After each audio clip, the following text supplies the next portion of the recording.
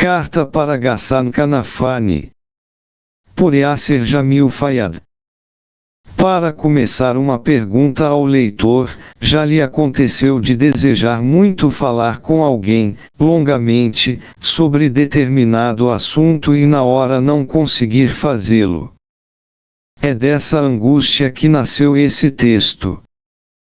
Era um dia de final de semana durante a pandemia de Covid-19, naquele isolamento físico os dias tendiam a parecerem iguais, então me dediquei a traduzir textos e entrevistas de Ghassan Kanafani, o célebre intelectual e escritor marxista palestino.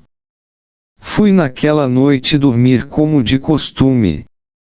Tomei meu banho, vesti o pijama, escovei meus dentes, tomei um copo de água e fui me deitar. Nada demais até então, somente um rito cotidiano. O que não sabia era que não seria uma noite qualquer, pois tive um impactante sonho e desejo lhe contar em detalhes, caro leitor. Nele me encontrava em uma espécie de longo corredor e caminhava apressado como se soubesse aonde ir, tendo em mãos um envelope pardo. Acabei adentrando a uma sala ampla com uma grande janela lateral, da qual não se via o exterior, dada a forte intensidade de luz solar que irradiava o ambiente. A decoração do local remetia, claramente, a um espaço de militância política, repleto de cartazes com figuras de luta, revolucionárias, lideranças políticas de todo o mundo e um lindo mapa da Palestina bordado ao modo tradicional. Entre as imagens e faces que me rodeavam estavam a de Che Guevara, Mao Tse-tung, Lenin, mas fixo meu olhar na de Ho Chi Minh, o inconfundível líder comunista vietnamita, já velhinho, com sua barba rala e branca como sua roupa. Aquele sereno semblante sempre me transmitiu a segurança de um sábio ancião que compreende que um povo unido é mais forte que os impérios. Ao fundo, se ouviam vozes que falavam em árabe, algumas palavras eram inteligíveis, outras não, pareciam que vinham de duas direções distintas, de atrás de uma porta fechada que conseguia ver em um canto da sala ampla onde me encontrava e, por vezes, também do corredor onde passara. Estranhamente me sentia ansioso, sem entender ao certo o porquê, ao mesmo tempo sabia que algum desfecho importante estava prestes a acontecer. Em um dado momento, alguém chama meu nome em árabe, Senhor Yasser Jamil Fayyad. Não consigo ver nenhuma feição do rosto e a voz se dirige a mim dizendo que Ghassan Kanafani logo chegará para me encontrar. O sonho me havia transportado para Beirute, a bela capital libanesa, mais especificadamente, no início da década de 70, antes de meu nascimento, que só ocorreria uma década depois. A sala ampla em questão era a famosa recepção do escritório da Frente Popular de Libertação da Palestina, FPLP, local que emanava a revolução.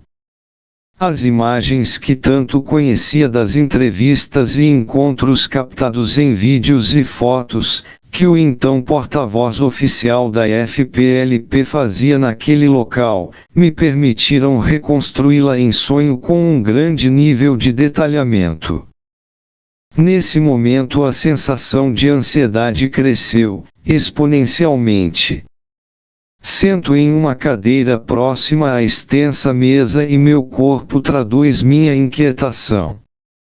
Movimentos rítmicos dos meus dedos, como um trote de cavalo acelerado sobre a mesa do escritório e um balanço de pernas em movimentos curtos e repetitivos para cima e para baixo. A porta se abre e eis que entra Ghassan, com sua feição jovial e inconfundível bigode preto, me dirige uma saudação rápida e estende a mão. Ele devia ter uns 34 anos de idade. Curiosamente, eu era o mais velho nos sonhos. Os mortos não envelhecem. Emo disso, mas consigo ficar rapidamente em pé e apertar sua mão em resposta. Ele fala um árabe que consigo entender e, nitidamente, se esforça para falar de forma pausada, como se soubesse que seu interlocutor não domina o idioma em questão. Contudo, o que acontece é que, apesar de compreender as questões que perguntava, não conseguia responder, aumentando assim minha tensão e ansiedade. Ghassan me observava como se esperasse minhas respostas. Então, sem hesitação, lhe dei o envelope pardo que carregava em mãos sem saber o que tinha em seu interior. Ghassan abriu cuidadosamente e ficou a observar seu conteúdo, uma foto. Pude vê-la de relance. Após examiná-la, olhou para mim como quem queria uma explicação sobre aquela imagem e gesto. Acordei. Estava suado e conseguia recordar todo o sonho em detalhes, algo que nunca acontecera antes. O que faço ao perceber que tudo não passou de um sonho? Respondo, imediatamente, às questões feitas por Ghassan em português quase como uma forma de desabafo. Esse sonho me atormentou por dias. Primeiro porque interpretei que a minha falta de domínio do idioma árabe havia impedido o sonho de prosseguir e revelado algum desfecho distinto. Gostaria tanto de ter conhecido e conversando com Ghassan Kanafani que não consegui, mesmo em sonho, frustrou-me enormemente. Ghassan Kanafani no escritório da FPLP. Depois de muito pensar e refletir sobre o que aconteceu, como uma resposta necessária creio, decidi tomar a iniciativa de escrever uma carta para Kanafani. Isso mesmo, caro leitor, escrever para uma pessoa que foi assassinada há 50 anos. Uma carta. Sim, com claro objetivo de preencher a lacuna que o sonho deixou em aberto.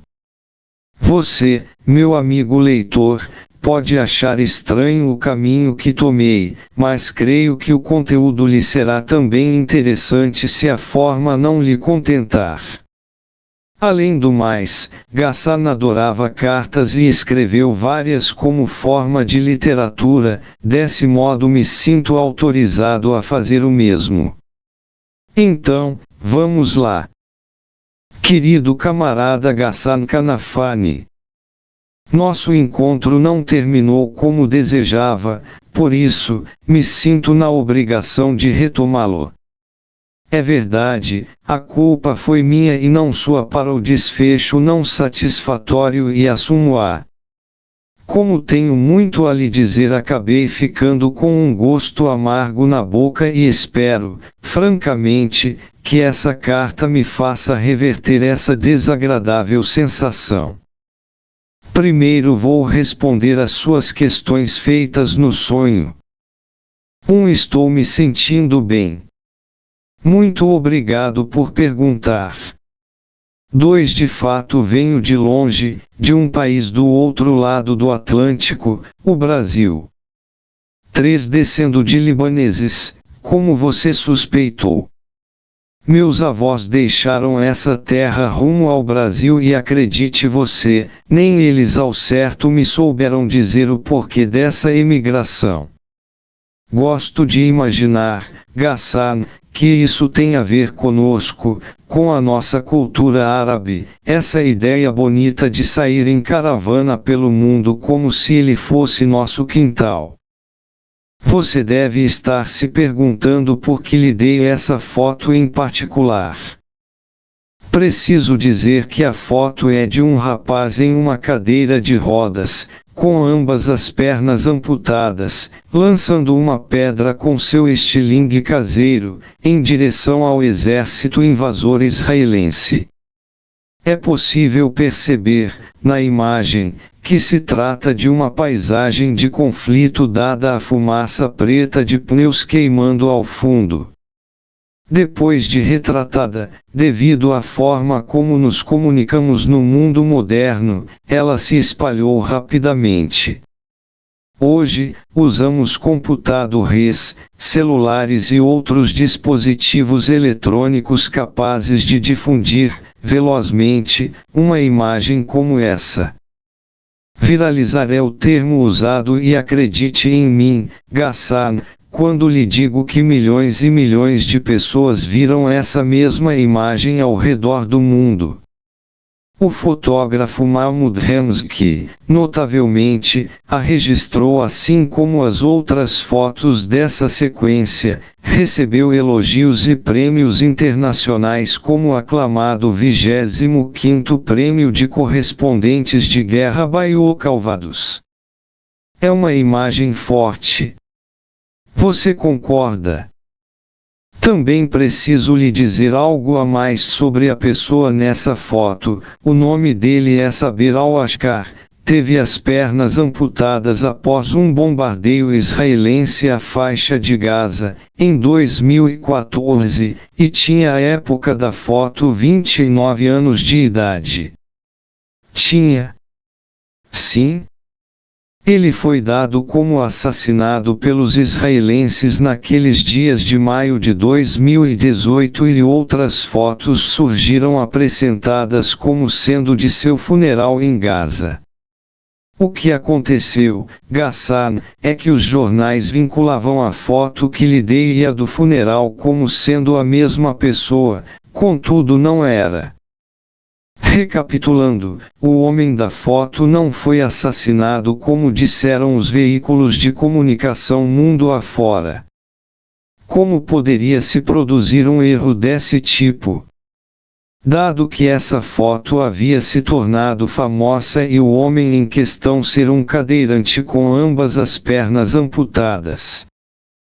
Para que você possa entender isso, preciso lhe contar, mais especificadamente, sobre quem aparecia nas fotos em um funeral, erroneamente atribuído a Saber al-Ashkar. As fotos da cerimônia de adeus eram de um rapaz, coincidentemente, de 29 anos de idade, 30 anos dependendo de outras fontes, também com ambas as pernas amputadas em consequência, igualmente, de um bombardeio israelense, andava de cadeiras de rodas na mesma época e região que se encontrava Saber al-Ashkar, em maio de 2018 na faixa de Gaza.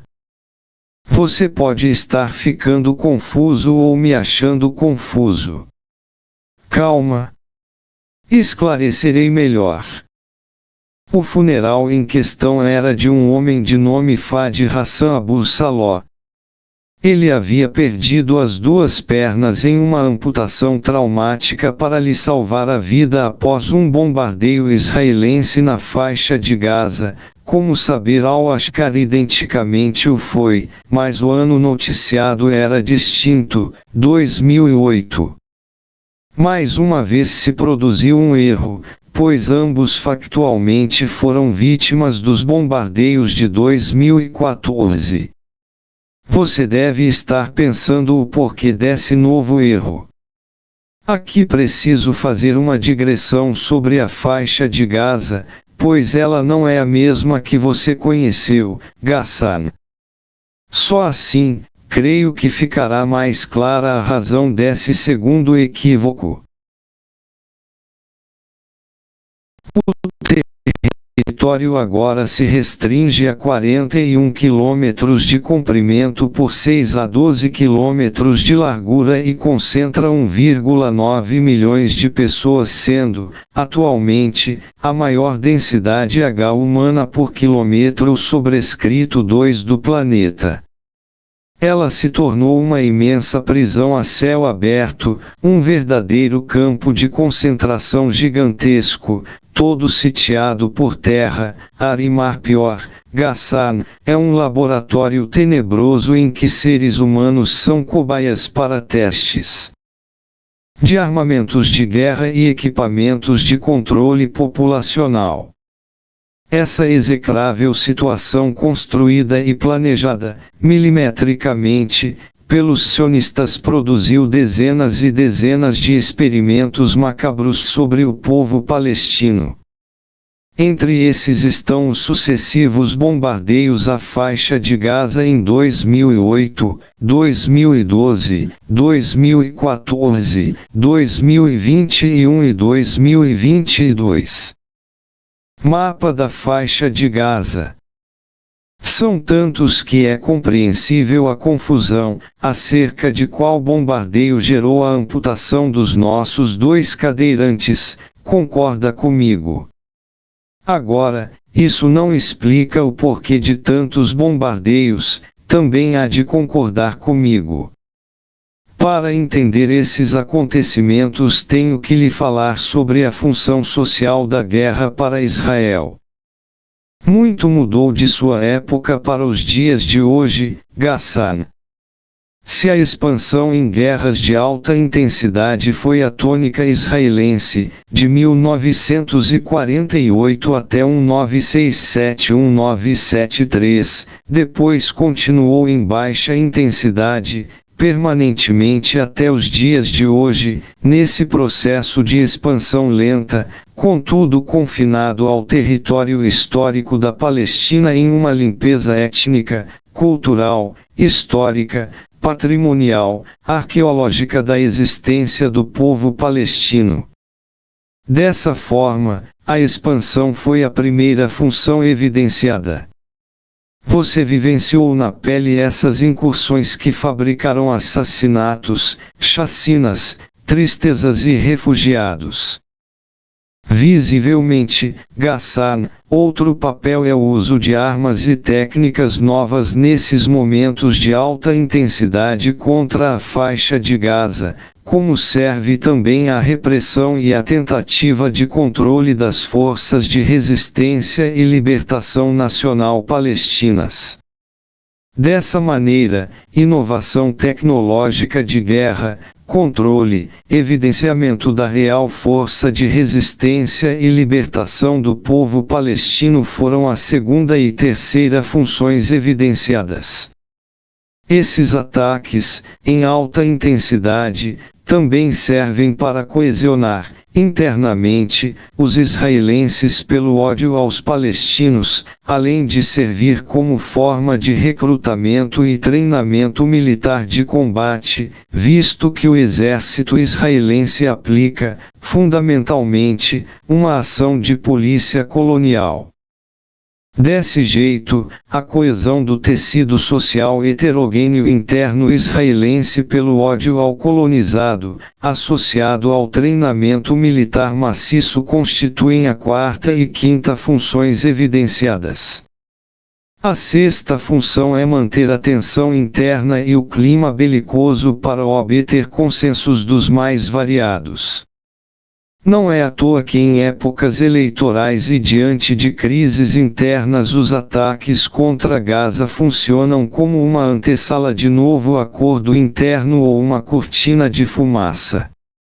A sétima função é um dos propósitos da existência desse enclave colonialista no Oriente Próximo: sabotar, desestabilizar, assassinar lideranças políticas, vigiar, infiltrar agentes, atos de terrorismo etc. em toda a região, servindo aos interesses do imperialismo. Além do mais suponho, Ghassan, que a data de 2008 foi noticiada, equivocadamente, como sendo aquela em que Fadi Hassan Abu Saló teria sido gravemente ferido, pois foi uma das ações mais genocidas de Israel. Por isso, lhe conto mais sobre ela. De dezembro de 2008 a janeiro de 2009, Israel perpetuou mais um gigantesco crime contra Gaza, se valendo desta vez, até mesmo de armas químicas. Dá para acreditar, Ghassan. Usaram fósforo branco e as imagens das queimaduras químicas sobre os corpos de civis são atrozes. Acho, inclusive, impróprio mostrá-las nessa carta além, é claro, de ser repugnante. Espero que você me entenda. Deixaram mais de 1.400 mortos e milhares de feridos, entre esses últimos se noticiou, erroneamente, Fadi Hassan Abu Saló. É comum, você bem sabe, aos bombardeios desse tipo multiplicarem feridos com sequelas permanentes e a nossa velha Gaza é um reduto desses. São milhares e milhares de amputações e deformações em mãos, braços, pés, pernas, olhos, surdos, queimados, etc. Mais uma criação nefasta de Israel. Voltemos à história que lhe contava. Esse último rapaz, Fadi, era filho de refugiados, assim como você, Ghassan. Tinha perdido a perna como Nádia, fato mencionado em sua poderosa e magnífica visão de Gaza, que sintetiza muito bem você e aqueles da sua geração que optaram em ficar e lutar pela Palestina. Você deve estar se perguntando, o que dois homens, em cadeiras de rodas, com ambas as pernas amputadas, localizados na faixa de Gaza, próximo à linha de fronteira, em maio de 2018, estavam fazendo ali. Para isso, meu querido Ghassan, tenho que lhe revelar que eles não estavam sozinhos, e mais, tenho que lhe explicar a grande marcha do retorno. Após tanto tempo inventando e reinventando formas de resistir e de lutar, o povo palestino criou um movimento lindo para lembrar os 70 anos da Nakba, protestar contra a mudança da Embaixada dos Estados Unidos para Jerusalém e reafirmar o seu direito inalienável de retornar a seu território original.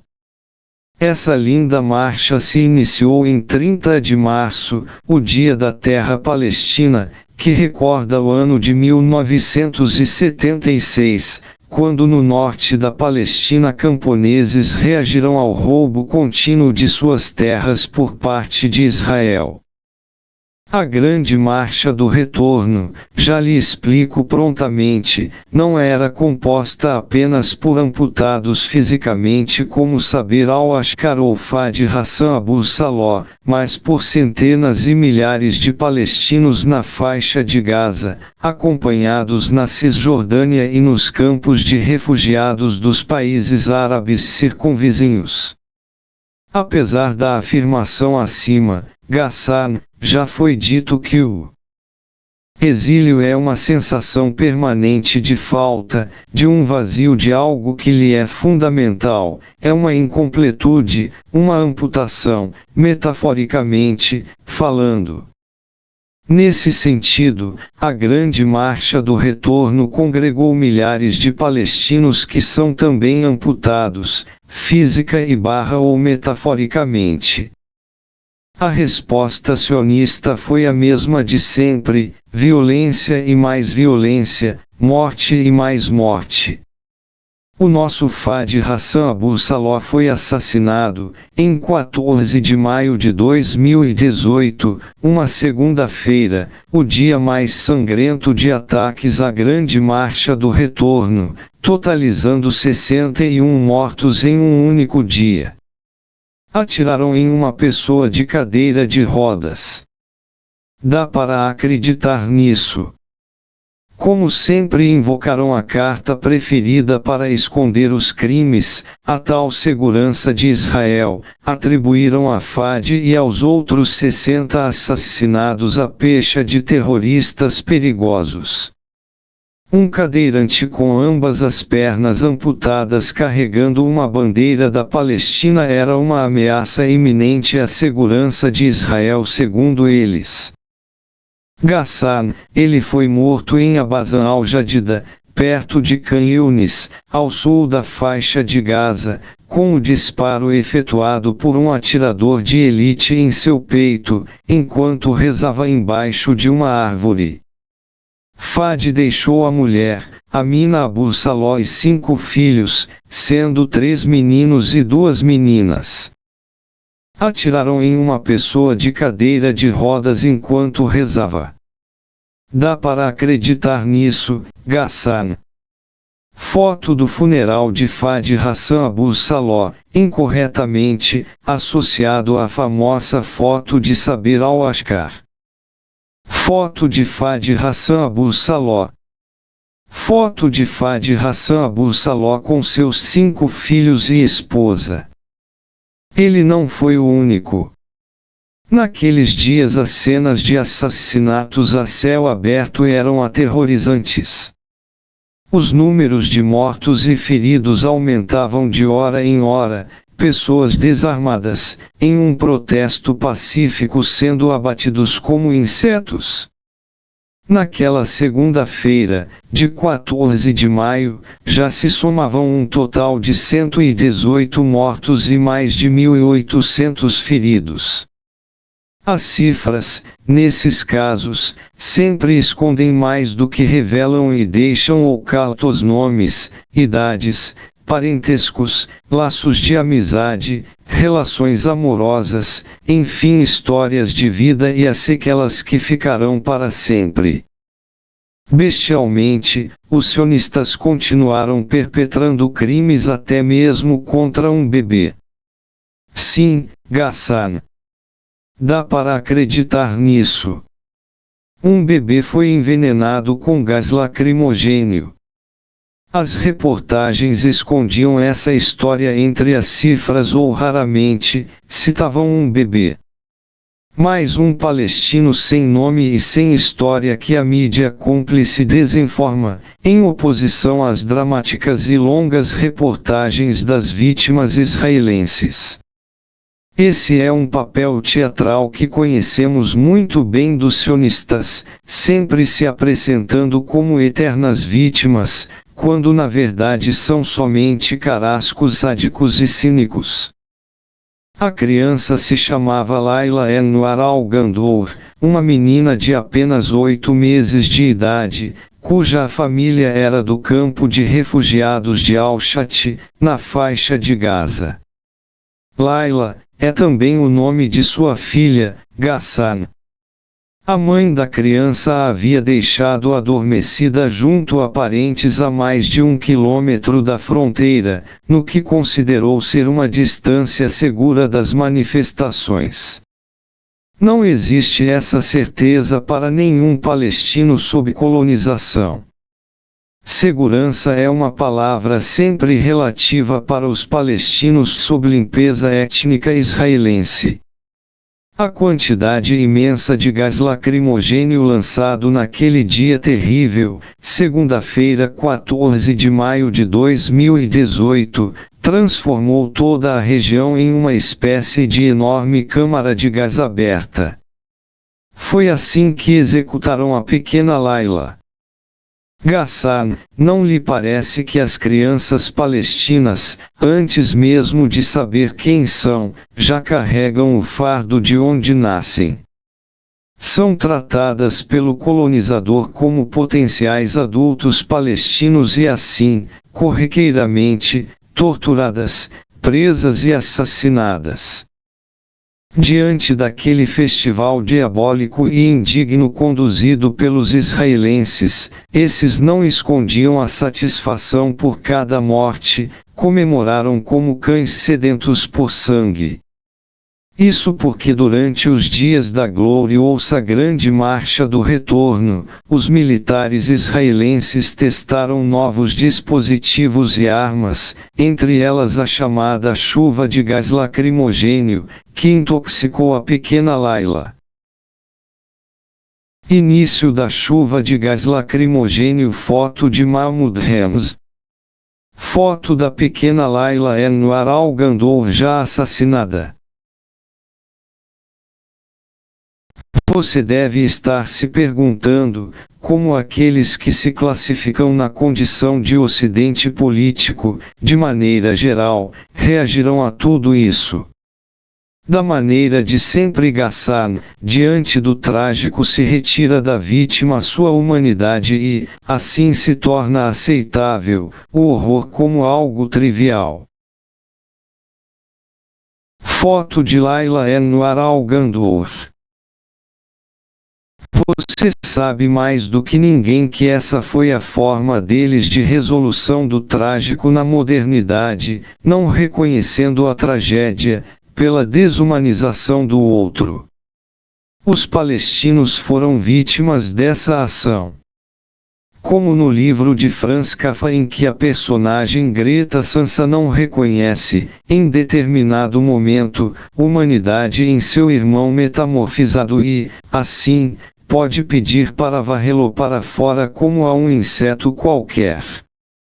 A metamorfose que os palestinos sofreram é o orientalismo que os apresenta como seres incapazes, menores, agressivos, violentos, terroristas, irracionais, etc. Com essa falsa imagem construída fica fácil aceitar seus assassinatos e varrê-los em uma limpeza étnica a céu aberto, à luz do dia e a olhos vistos. Isso, obviamente, nada tem em comum para eles com o horror do assassinato de milhares de europeus que professavam o judaísmo cometido por outros europeus, durante a Segunda Guerra. Tanto que registraram protestos em livros, filmes, palestras, museus, memoriais, etc. sobre tal tema. É um horror que tem nome, Holocausto, as vítimas têm suas histórias humanas contadas e se nega a metamorfose produzida pelo nazismo. Aquela que dizia que o europeu judeu é portador de todas as maldades. Contudo, meu caro Ghassan, para os palestinos que, notoriamente, não são europeus, o destino é o apagamento dos horrores por eles sofridos. Nada diferente do destino comum dos demais povos originários vítimas do colonialismo desses mesmos europeus nas Américas, África e Ásia. Não lhe parece ironia da história, Ghassan, que as falsas e caluniosas acusações nazistas em parte tenham se transformado em verdades pelas mãos dos judeus sionistas na Palestina? Sabemos quantas e quantas maldades esses colonizadores fizeram e fazem na Terra Santa. Não existe o trágico, não existe limpeza étnica, nem genocídios, os eventos históricos não possuem nomes, tampouco as vítimas têm nomes e histórias de vida. A vítima no fundo não é uma igual, sempre inferior, quase uma semi-humana por assim dizer.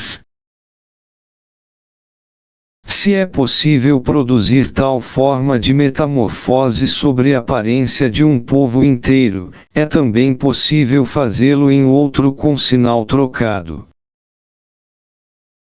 Assim, Ghassan, o monstro colonial sionista produtor de bestialidades é maquiado, transformado na imagem e recriado na aparência, como uma invenção divina para fanáticos religiosos ou ainda como a única dádiva democrática do Oriente Próximo, que faz apartheid, limpeza étnica e agressão militar aos vizinhos permanente e impunemente.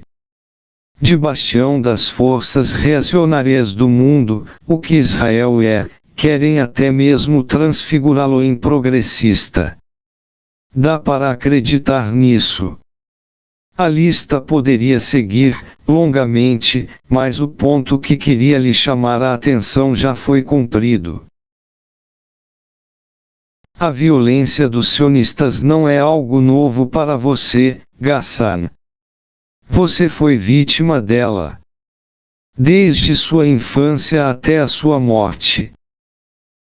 E a foto que lhe dei agora adquire contornos mais nítidos e dela surge uma questão que gostaria de conversar com você e não consegui no sonho, sendo essa a razão de ter lhe dado essa foto em particular. Será que saber Al-Ashqar é uma espécie de Dom Quixote palestino? Não estranhe a minha pergunta. Porque ao que se sabe, Al-Ashqar continuou vivo. Mais ainda, prosseguiu indo às manifestações da Grande Marcha do Retorno, e mesmo depois dela, apesar dos assassinatos, prisões e torturas que se sucederam naqueles dias. Não lhe parece brotar similaridades entre ambos, Ghassan? Digo isso, pois como o cavaleiro da novela medieval, montado em seu débil Rocinante, saber Al-Ashqar tinha sua velha e débil cadeira de rodas. Também queria, como o primeiro, transformar profundamente o mundo que o cercava, só que no caso de saber Al-Ashqar, libertar a sua amada Palestina da colonização sionista. Em ambos existe uma incongruência entre meios e fins, o que me faz questionar, será que Al-Ashqar achou que um cadeirante com ambas as pernas amputadas munido de um estilingue caseiro em mãos conseguiria derrotar o exército israelense? Com todo o apoio bélico que esse recebe do Império. Dizendo de outra forma, será que saber Al-Ashqar não compreendia realisticamente a correlação de forças?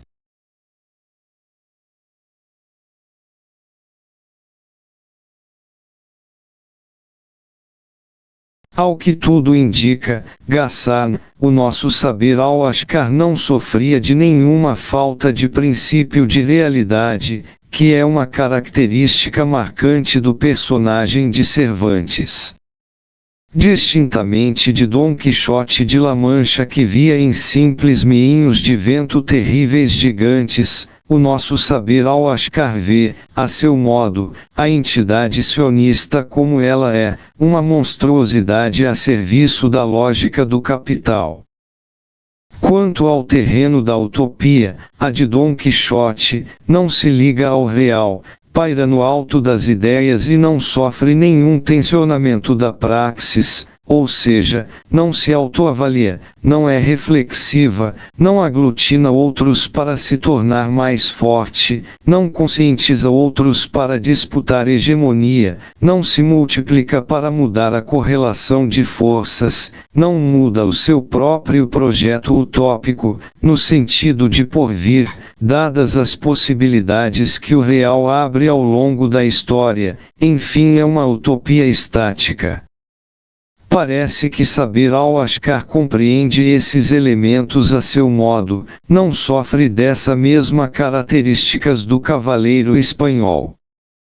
Apesar disso a questão permanece, se ele não nutria tolas ilusões e nem se auto-enganava na correlação de forças desproporcionais que tinha à frente, se tinha clareza na incongruência dos seus instrumentos, uma velha e débil cadeira de rodas e um estilingue caseiro, para a tarefa de libertar a Palestina inteira e se compreendia, minimamente, a seu modo as exigências de uma praxis revolucionária, porque ele continuava a arremessar pedras, Ghassan.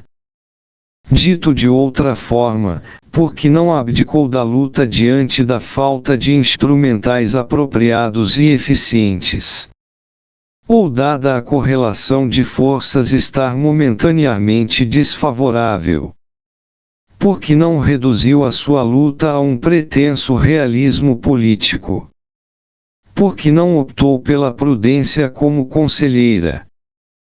Imagino que todas as lutas de libertação colonial que triunfarão, e mais ainda as revoluções sociais vencedoras, tenham em algum momento se apresentado como tarefas impossíveis ou improváveis para a prudência de um tipo de realismo político covarde, que se multiplica na esquerda em todo o planeta.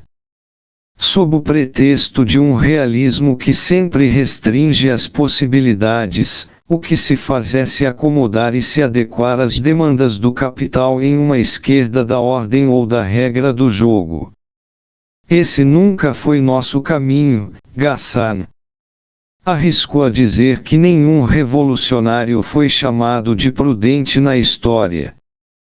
Quanto ao nosso saber al-Ashqar, não sei ao certo a resposta, meu amigo, nunca cheguei a conversar com ele, mas gosto de pensar que compreendeu a sua literatura.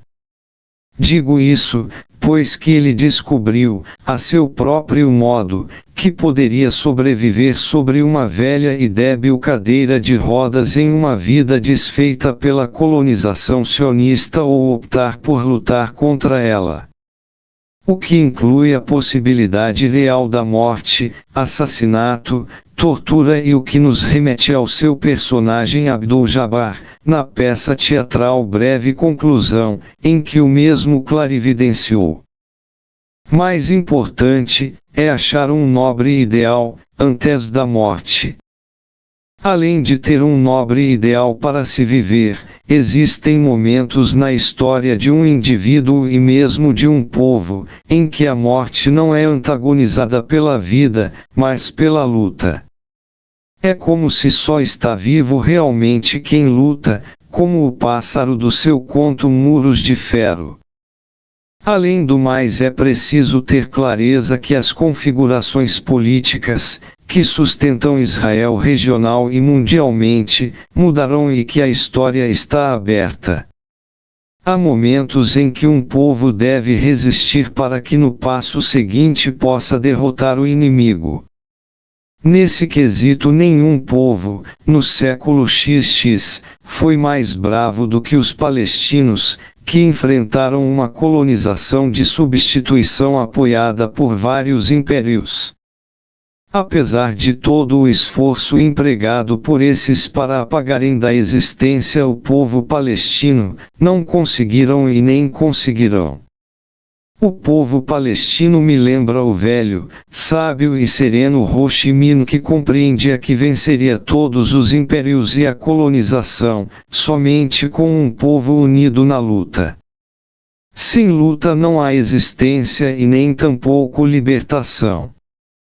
Para a história de um povo é fundamental também que a geração presente saiba que os seus do passado lutaram. Esse é o legado precioso a ela repassado. É a ligação necessária para contar a história a contrapelo, para salvar a memória dos que lutaram e lutam pela libertação. A geração presente precisa dessa certeza do passado, que a dignifica e orgulha no presente, pois são, fundamentalmente, os que não se resignaram que servem de exemplo para o presente, os outros são esquecidos. Quando examinamos o conteúdo de todos esses legados, existem aqueles que se sobressaem por sua capacidade de projetar não uma Palestina do passado que se perdeu, mas uma de um futuro solidário, fraterno, amoroso, com equidade, sem exploração e sem opressões de todos os tipos. Uma Palestina que é sinteticamente antítese de Israel, capaz de irradiar valores genarussos para os demais árabes, outros povos da região como os persas, turcos entre outros, para o mundo todo. Essa poderosa visão de uma Palestina socialista é um legado precioso que você ajudou a nos deixar, meu querido Ghassan. É isso que imagino que Saber al-Ashqar compreendeu, ter na digna e linda causa palestina o seu nobre ideal, lutar para antagonizar a morte como produto do vil colonizador e como condição necessária para vencê-lo. Por fim, se impregnar do legado precioso do passado de luta do nosso povo como fonte inspiradora do presente. É exatamente essa conjunção que sinteticamente melhor lhe representa para mim, Ghassan Kanafani. Nesses 50 anos de seu martírio, lanço luzes no seu legado precioso, que é exemplo vivo na memória e no coração dos que lutam no presente por um nobre ideal onde quer que estejam. Do seu camarada e irmão Yasser Jamil Fayyad. Bibliografia. Amin, Samir. O Eurocentrismo, Crítica de uma Ideologia. São Paulo, Lavra Palavra, 2021.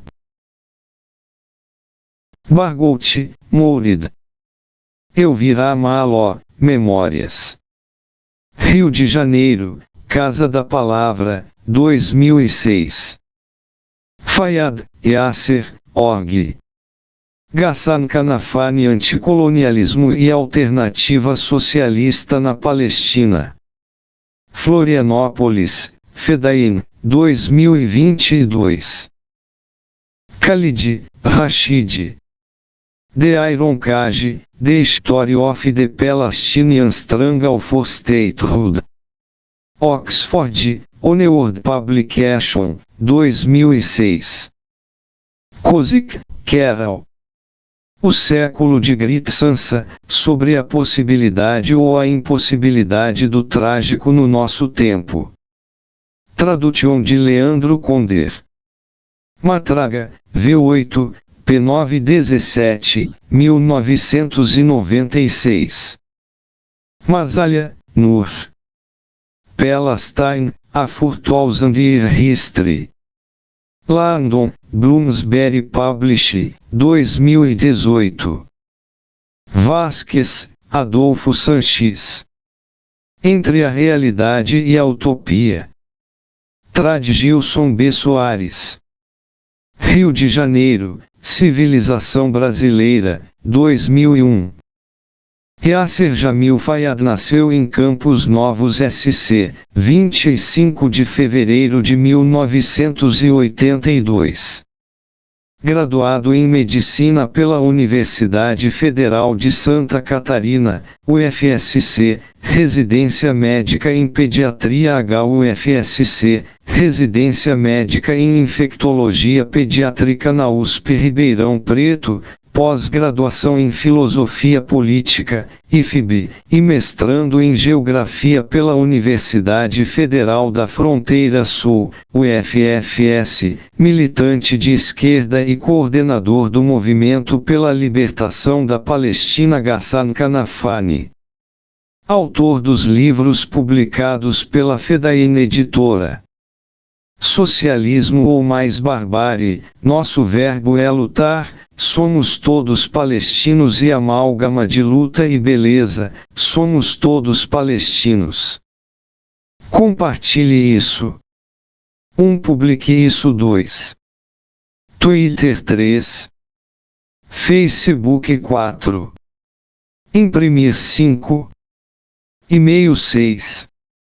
WhatsApp 7. Personalizar botões. Carregando. Relacionado. Os governantes da China procuram um modelo completamente novo de governo capitalista.